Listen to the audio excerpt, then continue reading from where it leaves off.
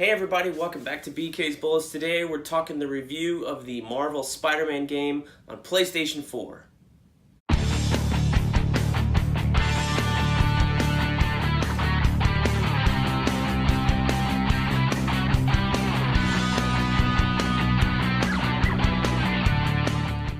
Hey everybody and welcome back to BK's Bullets, or if you're on YouTube you might be watching this on Viper Magic channel as well. I'm posting it everywhere.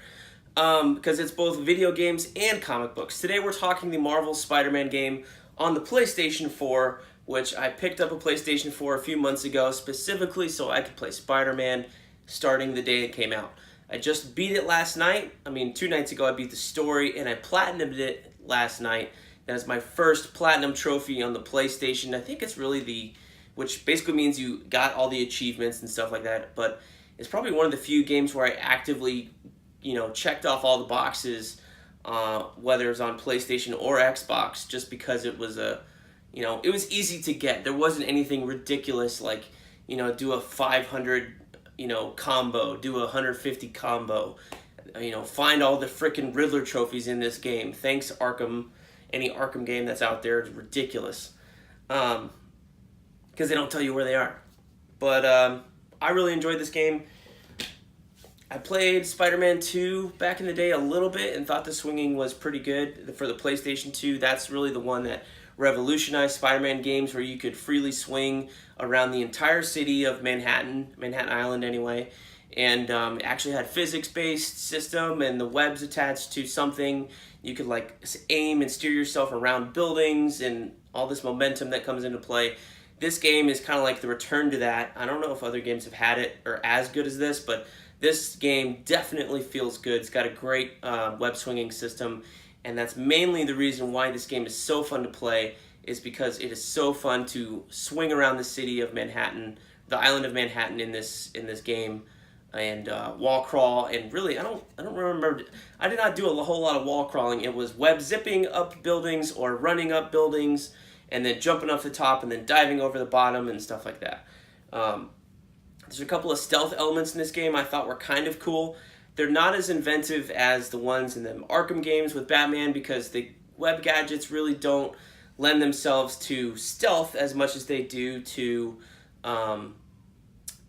just combat in general. And the way the city is set up, like Arkham, whenever you're doing a stealth section, there were all these interactables and things, walls you can knock down, and, glasses you could break, or other stuff that you could do to get guys' attention or take them out.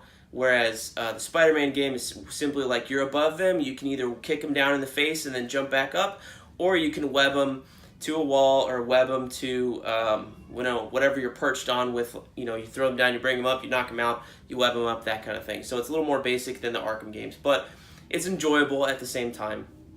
I thought the combat was very, very good once you got the hang of it. And I say got the hang of it, not because it's difficult, but because most people like you and me probably have played the Arkham games, or a combat system that borrowed from it, like Shadow of War, Shadow of Mordor, where there's a counter button and it acts as a dodge and an attack button at the same time. You move during an attack and you hit him at the same time. It's a counter. Whereas the Spider-Man game does not have a counter button per se, but it's a dodge button.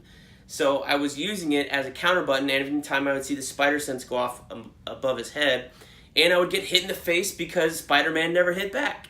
So I learned it's dodge out of the way and then attack something else, or dodge and then press square to attack again. So you have to remember that when you're playing this game, if you haven't already started playing it, it's a dodge button, not a counter button. But other than that, the combat's very similar to Batman Arkham, but it is more focused on aerialness, whereas like Batman, you're on the ground, you're beating guys up, you're flipping over them, you're using your gadgets left and right. This one, they encourage you to knock guys up into the air, and then you're less, you can't get hit from behind if you're in the air with the guy you're attacking and you're beating him up, whatever. So they focus on that a whole lot more. And that's fine, it's okay. I thought it was a little weird that they're like, knock everybody you fight in the air. I'm like, that's not Spider-Man. Spider-Man would be doing what Batman did in those other games. You'd be flipping around, but I guess since we've had 4 Arkham games, technically, people would compare it to that if that's really what the combat system was focused around. And they want you to be in the air, they want you to be web swinging and stuff like that. You do have web gadgets in this game. I do think they're a little cumbersome to use. Like the Arkham game, you have your controller and you hold down L2 or R2, whatever it was, and then you press the corresponding button during combat or even outside combat, and Batman, one of them was for the ice, one of them was for the explosive, one of them was for a batarang, one of them was for the electroshock kind of thing. Whereas the Spider-Man game, it's not that fluid. You can't just flip around and do this, this, and this, and this. You have to actually hold L1 and select from a gadget wheel which one you want to use. Then you release it, and then that one is mapped to R1, and then you use up it, and then you got to hold down again. It kind of pauses combat, switch to a different gadget. So if you're using a lot of gadgets during combat, you're going to do very well, but it's going to slow down the combat, which I didn't like as much. But this game is so much fun, and the story is so-so. It's pretty good for a Spider-Man story. It didn't blow me away like the Arkham games did.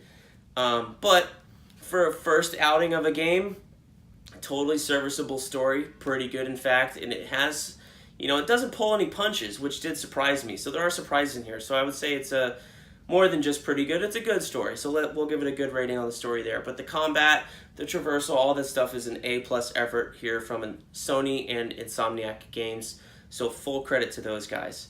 You should know going in, I guess, if you're expecting the Arkham Asylum, Arkham City experience, where it's a tour de force, where you visit all the rogues gallery, this is not that game. So know that going in. There are Spider-Man villains in there. They do appear. And when they're used, they are used well, and there are memorable experiences surrounding them. But it's not like Arkham.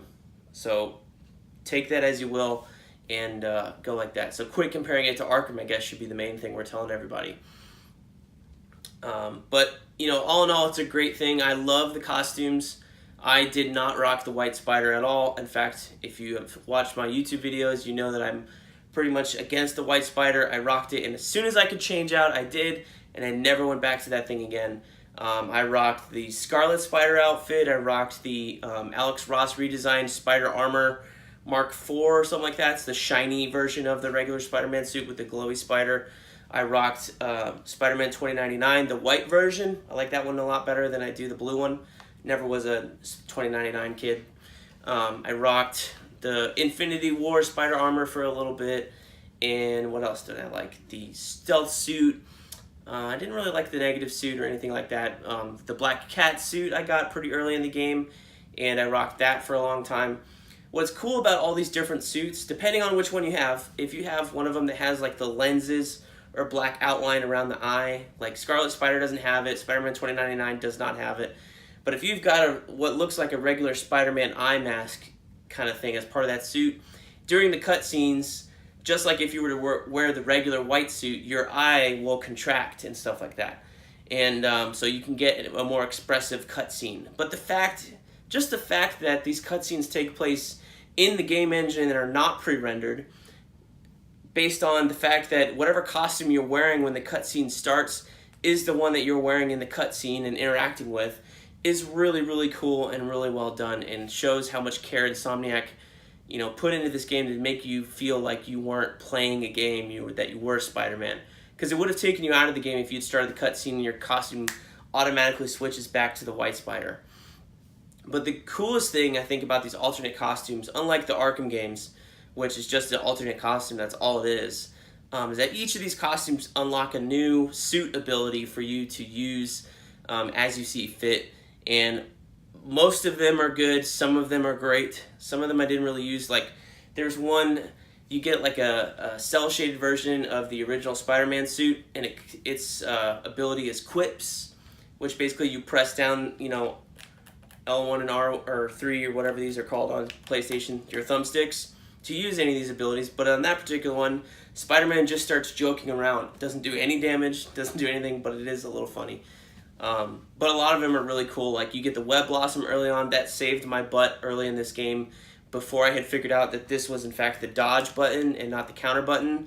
Cause I was getting beat up pretty bad. And I would jump up, web everybody, and then I would basically eliminate all but 1 or 2 of the enemies, and then I could handle them. Until I got good, and then I got good and I didn't need to use it that much. But so I think that part of, you know, here's a new suit ability along with this suit is really cool.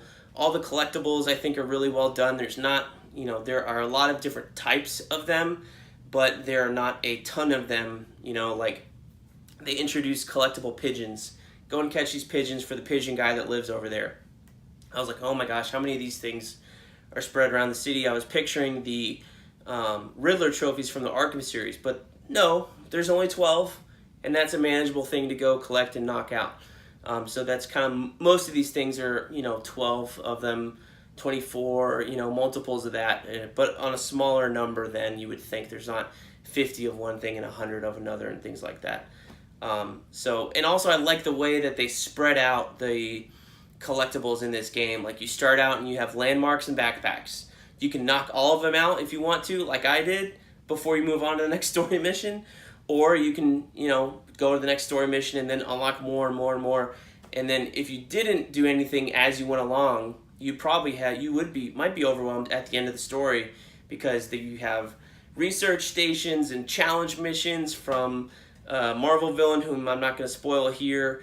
You would have, you know, the different dens, like you go and fight the Demon Gang, you fight the Wilson Fisk Gang, you go and fight Silver Sable's gang, and was there one more after that? I think that's it. But all these different bases and stuff, you know, the pigeons, backpacks, landmarks, all this different stuff, and prisoners. You know, there's a whole bunch of stuff here to do, and also you're stopping random crimes on the street per sector of the city of Manhattan, or island of Manhattan. There's a whole lot to do there. So if you you could probably get overwhelmed if they were all unlocked at the very beginning of the game. But I like the way that they, you know, as you went along through the story, it's, oh yeah, here's another thing you can do. Here's another thing you can do. Here's another thing you can do. And since it took me a week and a half, 2 weeks to beat this game, it was kind of nice because it stretched the game out longer, and I took my time, and you know, as they introduced the new collectible, I went and got half of them before I did another story mission and stuff like that. But all in all, this is a great Spider-Man game. Go pick this up. This is a system seller for PlayStation. It was for me. I only bought a PlayStation so I could play this game. It is only on PlayStation, so go pick it up just for that reason. So I would give this game like 4.5 out of 5 stars. It's a great game. So go pick up Spider-Man if you haven't already. Thanks for you guys for watching, and as always, I will see you guys on the other side.